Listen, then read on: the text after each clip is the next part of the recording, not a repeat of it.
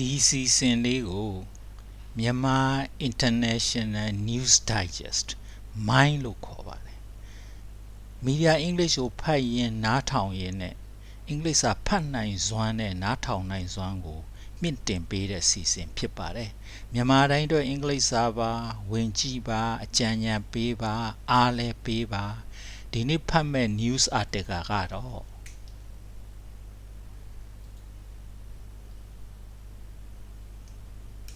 Israel prepares for response to Iranian missile attack.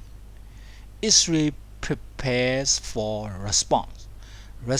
လုပ်ဖို့အတွက်တဲ့ Israel ကပြင်ဆင်နေတယ် response ကတုံ့ပြန်ဖို့အတွက် Israel ကပြင်ဆင်နေတယ် response to Iranian missile attack အီရန်ရဲ့ဒုံးကျည်တိုက်ခိုက်မှုကို response တုံ့ပြန်ဖို့ Israel ကပြင်ဆင်နေတယ်အဲ့ဒါခေါင်းစဉ်ပေါ့နော်ကဲ After Iran's most intense strike ever against Israel most intense strike ever ဆိုတာဒီ strike တွေထဲမှာ most intense အပြင်းထန်ဆုံးပဲဘယ်သူကို strike လုပ်တယ်ဆိုတော့ strike ဆိုတာတိုက်ခိုက်တာဘယ်သူ strike လုပ်လဲဆိုတော့ against Israel ကိုတိုက်ခိုက်မှုထဲမှာနော် most intense ဆိုအပြင်းထန်ဆုံးတိုက်ခိုက်မှုပြီးတဲ့နောက် raining down almost 200 ballistic missiles အဲ့ဒီတိုက်ခိုက်မှုမှာပေါ့ raining down ဆိုတာကမိုးရွာတယ်လို့ရွာချတယ်ဆိုတဲ့အဓိပ္ပာယ်ပေါ့ raining down almost 200 ballistic missile အစင်း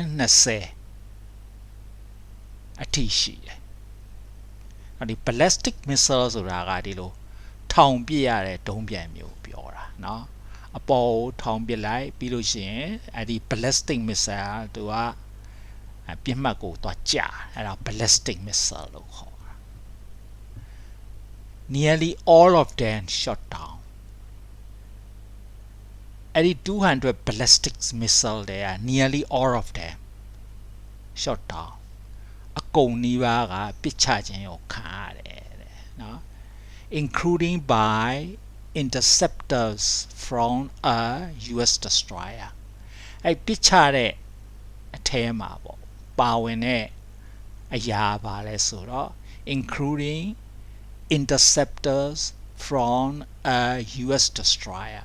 US destroyer က interceptors တွေပါတယ်ဆိုတော့ဒီက US destroyer နေပြီးတော့ interceptors တွေလွှတ်ပြီးတော့အဲ့ဒီ Iranian တွေရဲ့ ballistic missile ကိုပစ်ချတယ်ဆိုတဲ့အဓိပ္ပာယ်ပေါ့နော်အဲ့ဒီမှာက interceptor ဆိုတာကကြားဖြတ်ပြီးတော့ဝင်တိုက်တဲ့အရာကိုခေါ်တာနော် destroyer ဆိုတာကဖျက်သိမ်းမောဆိုလိုတာ American and Israeli official tell NBC News American နဲ့ Israel အရာရှိတွေကတဲ့ tell NBC News ကိုပြောတယ်Israel is tonight preparing its response ဒီညာတဲ့ Israel က preparing its response သူ့ရဲ့တုံ့ပြန်မှုကိုပြင်ဆင်နေတယ်ကဲနောက်တစ်ပိုက်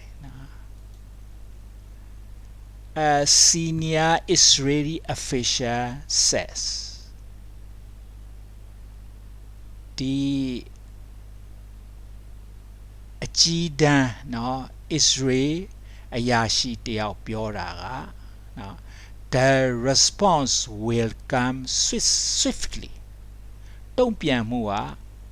အလင်းမြန်လာမယ် swiftly ဆိုတော့ quickly နဲ့အတူတူပဲပေါ့အလင်းမြန်လာမယ်တဲ့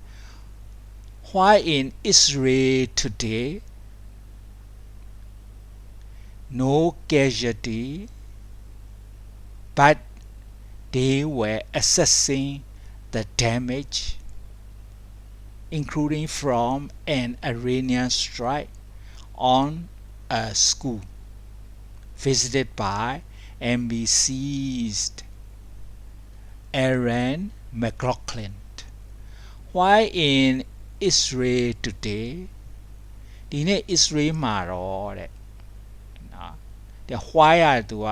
opposite ကိုပြတာနော် Israel မှာတော့ဘာဖြစ်လဲဆိုတော့ no casualties no fatality မရှိဘူးတဲ့သေဆုံးသူမရှိဘူးပေါ့နော် but they were assessing the damage ဒါပေမဲ့တဲ့သူတို့ကနော် assessing the damage ပျက်စီးမှုတွေကိုတွက်ချက်နေတယ်ဘယ်လောက်ပြတ်တယ်လဲပေါ့နော် including from an Iranian strike on a school ဒီ Iranian တွေတိုက်ခိုက်တဲ့ကျောင်းတစ်ကျောင်းအပါဝင်ပေါ့နော်အဲ့ဒီကျောင်းကို visited by NBC's Aaron McLaughlin အဲ့ဒီကျောင်းကို NBC ရဲ့သတင်းတောက်ပေါ့ Aaron McLaughlin ကသွားကြည့်တယ်အဲ့တော့အဲ့ဒီသတင်းတောက်ပြောတာကနော် this is what remain of one of the classroom နော်ဒီ classroom တွေကတစ်ခုပဲတဲ့တကူကြံတဲ့ဥစ္စာက it is what remains ဆိုတာအခုကြံတာကဒီ classroom တွေအများကြီးတွေက classroom တစ်ခုပဲ they say the missile struck just over this way သူတို့ပြောတယ်တဲ့နော် missile struck ဒုံးကျည်လာထိ just over this way ဒီနေရာအလွန်လေးမှာပဲတဲ့ and then blasted into the side of the school ပြီးတော့ blasted ပေါက်ကွဲသွားတယ် into the side of the school ကျောင်းဘက်ကိုပေါက်ကွဲသွားတယ် Israeli officials say Israel အရာရှိတွေပြောတာက no one was injured ဘယ်သူမှဒဏ်ရာမရဘူး but this could have been so much more ဒါပေမဲ့ဒီဟာကသူတို့ပြောတာတဲ့အများကြီးပို့ပြီးတော့စိုးမဲ့ထင်တယ်နော်ဒါသတင်းတောက်ကအထင်ကိုပြော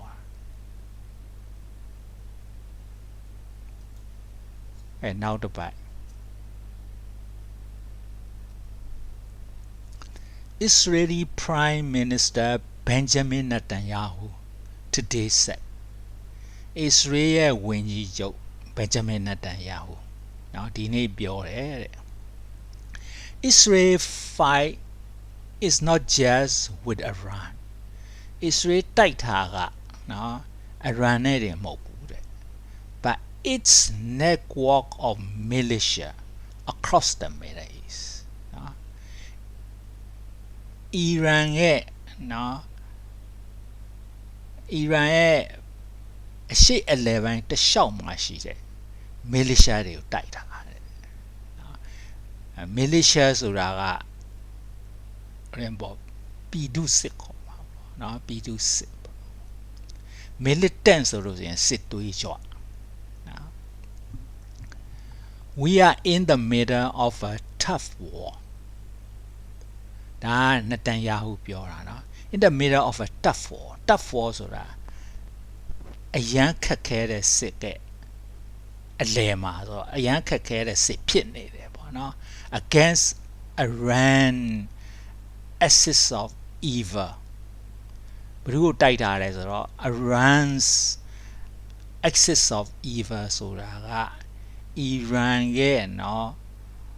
မကောင်းဆိုးဝါးအုပ်စုကိုတိုက်တာပေါ့နော်အဲ့ဒီအုပ်စုကိုဆိုလိုတဲ့အဓိပ္ပာယ်ကနော်ကောင်းတဲ့အဓိပ္ပာယ်နဲ့ဆိုလို့ရှိရင်တော့ alliance လို့ခေါ်တယ်နော်ဥပမာ Western alliance ဆိုရင်အနောက်အုပ်စုမဟာမိတ်အုပ်စုကိုဆိုလိုတာပေါ့ နော်ဒါပေမဲ့အဲ့ဒီအုပ်စုကိုမကောင်းတဲ့သဘောတက်ရောက်စေခြင်းပေါ့ excess လို့ပြောတယ် excess of evil ဒီမှာအသုံးနှုန်းอ่ะနော်မကောင်းဆိုးဝါအုပ်စုပေါ့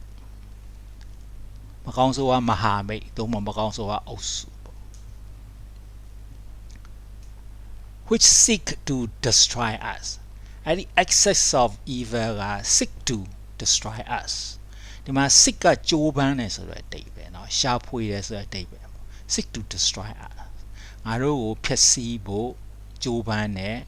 excess of evil ပေါ့เนาะဒါက Prime Minister Benjamin Netanyahu ပြောတာအဲနောက်တစ်ပိုက် President Biden today said ဒီနေ့ President Biden ကပြောတယ်တဲ့ he supports Israel's right to retaliate သူအားတဲ့ Israel's ရဲ့ right to retaliate ဂလက်စားခြေပိုင်ခွင့်ကိုထောက်ခံတယ်ဘာဆက်ဒါမဲ့ဘာပြောရဲဆိုတော့ it must be proportionate ဒါမဲ့ဒီဂလက်စားခြေမှုอ่ะပေါ့နော် must be proportionate အချိုးညီရိုးလို့ပဲနော်တအားကြီးမလုံနဲ့လို့ပြောတာပေါ့နော် and that he would not support an attack on Iranian nuclear site he would not support သူတဲ့ထောက်ခံမှာမဟုတ်ဘူးတဲ့ဘာလို့လဲဆိုတော့ an attack on Iranian nuclear site အီရန်ရဲ့နော် nuclear စက်ရုံပေါ့ရှိတဲ့နေရာကိုတိုက်ခိုက်တာကိုတော့ he will not support အဲ့တော့သူမထောက်ခံဘူးနော်ဆိုတော့ Israel က Iran ကိုတိုက်ချင်တိုက်ပေါ့နော်ဒါပေမဲ့ဒီ nuclear site nuclear လက်နက်နဲ့ပတ်သက်တဲ့နေရာကိုတော့တိုက်တာကိုသူ not support မထောက်ခံ There are things that we have to be done နော်ဒါ Biden ကပြောတာနော်ငါတို့လုပ်စရာတွေအများကြီးရှိတယ် and it's obviously Iran has gone way out of ရှင်းတာကတဲ့အီရန်ကလွန်နေတယ်ပေါ့နော် way gone way out of ဆိုတာလွန်နေတယ်နော်သို့မဟုတ်အရန်မှားနေတယ်ဆိုတဲ့အဓိပ္ပာယ်ပေါ့ out of I mean it's way of God သူဆိုတော့ way of God ကိုဆိုလိုချင်တာနော်ဒါပေမဲ့ပထမပိုင်းကစကားနည်းနည်းလိုသွားတယ်ဆိုတဲ့သဘောပေါ့နော်သူဆိုလိုချင်တာ I mean it's way of God way of God ဆိုတာကသူကဘယ်လိုခေါ်မလဲဆိုတော့ဘယ်လိုလွန်သွားပြီဆိုတဲ့အဓိပ္ပာယ်ပေါ့တော့ weight of base လို့လည်းသုံးတယ် BASE base ဆိုတာကဒီ base တို့ God တို့ဆိုတာဒီအားကစားကွင်းနဲ့ပတ်သက်တာပေါ့ weight of God ဆိုတော့ကွင်းဘက်ရောက်သွားပြီပေါ့လွန်နေပေါ့အဲ့ဒီအဓိပ္ပာယ်ပေါ့ The administration is seeking to avoid a regional war ဒီမှာ administration ဆိုလို့ရှိရင်เนาะ government ကိုဆိုလိုတာเนาะဒီ American တွေကသူတို့ရဲ့အစိုးရကို government လို့မခေါ်ဘူးသူက administration လို့ပဲခေါ်တယ်เนาะအဲ့တော့အစိုးရကဆိုတော့ဒီ US အစိုးရကိုပြောတာပါ is seeking to avoid a regional war regional war ကိုရှောင်ဖို့ကြိုးပမ်းနေတယ်ကြိုးစားနေတယ် regional war ဆိုတာ data စစ်ပေါ့အဲ့ data မှာဖြစ်မဲ့စစ်ကိုသူ avoid ရှောင်ဖို့ seeking ကြိုးပမ်းနေတယ်နော် but that ship may have left port too ဒါကဒီသတင်းတောက်ကတင်စားတဲ့စကားပေါ့ that ship may have left port too ဆိုဒီသင်္ဘောကစိတ်ကန်းကထွက်ခွာသွားပြီဆိုတော့ဒီဥစ္စာထွက်သွားတယ်သင်္ဘောထွက်သွားပြီပေါ့မရတော့မမီတော့ဘူးဆိုတဲ့အဓိပ္ပာယ်ပေါ့နော်ဒီ regional war ကနေပြီးတော့ regional war ကိုရှောင်ဖို့ပေါ့မရတော့ဘူးဆိုတဲ့အဓိပ္ပာယ်ပေါ့နော်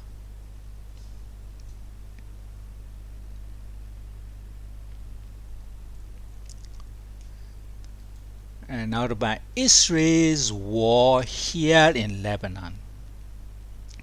အခုဒီမှာ Lebanon မှာရှိနေတဲ့ Israel ရဲ့စစ်ပေါ့ is escalating after initially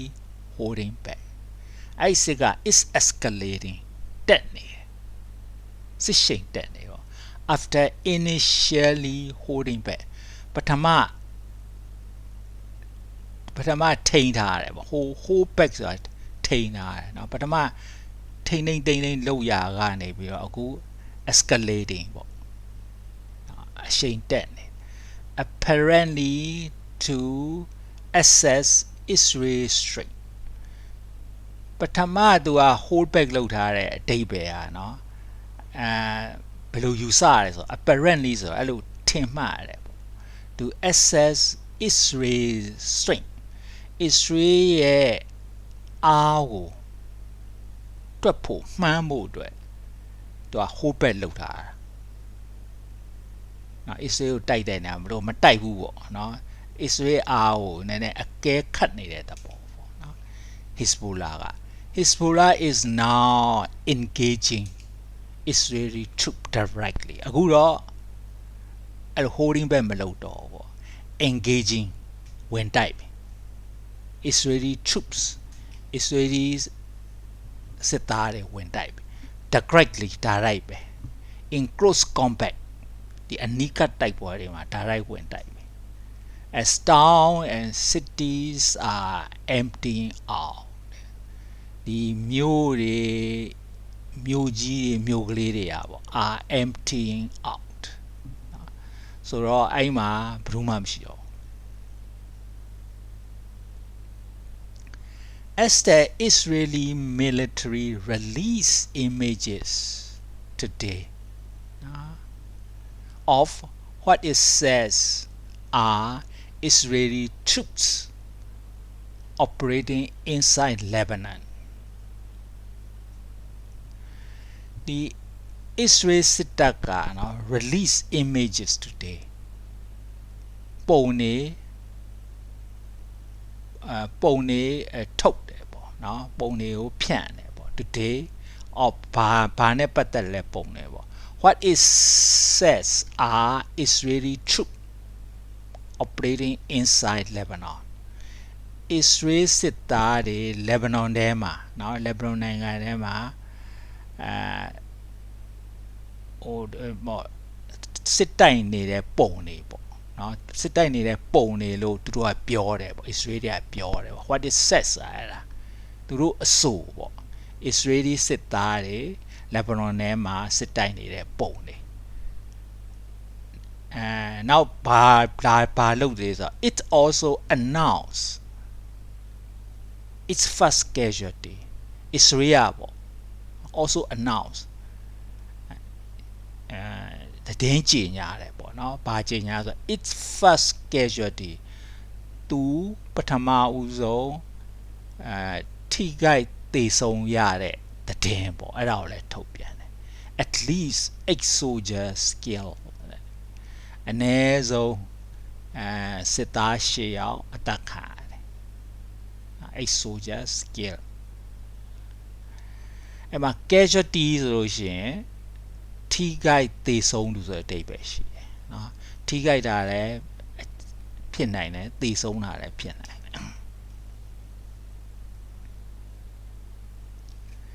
Richard how could the Jewish holiday play an impact in Israel's timing for potential retaliation ဒါကဒီရုပ်တံလွှင့်ဌာနမှာပင်တိုင်ထိုင်တဲ့လူကဒီမြေပြင်မှာတည်င်းယူနေတဲ့တင်တော့လှမ်းမေးလိုက်တာပေါ့ Richard နော်သူ့နာမည်က Richard ပေါ့ဒီမြေပြင်မှာတည်င်းယူတဲ့တင်တော့နာမည်က Richard ပေါ့ How could the Jewish holiday play an impact in Israel's timing ဒီ Jewish holidays ဟာတဲ့နော် Israel ရဲ့ timing ပေါ့ Israel ရဲ့ timing ကိုဘယ်လိုအကျိုးတက်ရောက်မှုရှိလဲ play an impact ဆိုတာတက်ရောက်မှုရှိတယ်လို့ဆိုလိုတာ နော် for potential retaliation ဒီ potential retaliation နဲ့ပတ်သက်လို့ပေါ့နော်ဒီဖြစ်နိုင်တဲ့ကစားချေမှုနဲ့ပတ်သက်လို့ဒီ Jewish holidays က Israeli holidays อ่ะပေါ့ဘယ်လိုမျိုး play an impact ဘယ်လိုတက်ရောက်မှုရှိနိုင်တယ်လဲဆိုတော့ဒီမြေပြင်မှာရှိတဲ့တင်တော်ကဖြေတာကIsrael could attack during the Jewish holidays during the Jewish holiday နော်ဒီ Jewish holidays အတွင်းမှာ Israel could attack Israel တိုက်နိုင်တယ် but there are two Jewish holidays the Jewish holiday ကနှစ်ခုရှိတယ်နော် making the period in between them an especially important time to watch the period in between them the period in between them ဆိုအဲ့ဒီ holiday နှစ်ခုရဲ့ကြားထဲကရက်ပေါ့ a period in between ဆိုတော့ period in between them them ဆိုတာဒီ holiday နှစ်ခုကိုပြောတာပေါ့ in between them ဆိုတော့အဲ့ဒီနှစ်ခုရဲ့ကြားထဲကအချိန်အဲ့ဒါကတဲ့ especially important time to watch အဲ့ဒါကစောင့်ကြည့်ရမယ်အရေးကြီးတဲ့ချိန်ဖြစ်တယ်နော် from this weekend through next week အဲ့ဒီ period in between ပေါ့ဂျားကာလဘယ်လောက်ရှိလဲဆိုတော့ from this weekend ဒီ weekend ပေါ့ဒီ weekend ကနေပြီး through next week နောက်ပတ်ထိရှိတယ်နော်အဲ့ဒါ especially important နော်အထူးသဖြင့်အရေးကြီးတယ်ပေါ့နော် thanks for watching တရင်ပြီးသွားပြီပေါ့ဒါကဒီတရင်ဌာနကပင်တိုင်ရပြောတာ thanks for watching stay updated about breaking news ကနောက်ဆုံးသတင်းပေါ့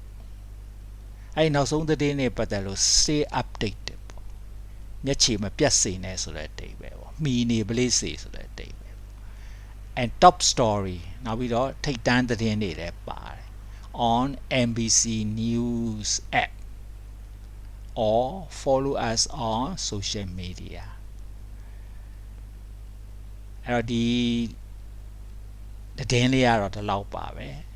အပြာနဲ့ရိုက်ထားတဲ့ words တွေ phrases တွေကိုလေ့လာပါမရှင်းနိုင်ရင် dictionary အကူအညီနဲ့သိအောင်ကြိုးစားပါပြီးရင်အဲ့ဒီ news article ကိုတစ်ခေါက်ပြန်ဖတ်ပြီးမှ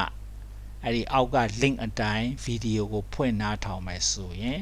အများကြီးပို့ပြီးတော့နားလည်လာပါလိမ့်မယ်အဲ့တော့ဒီကနေ့တော့ဒီလောက်ပါပဲ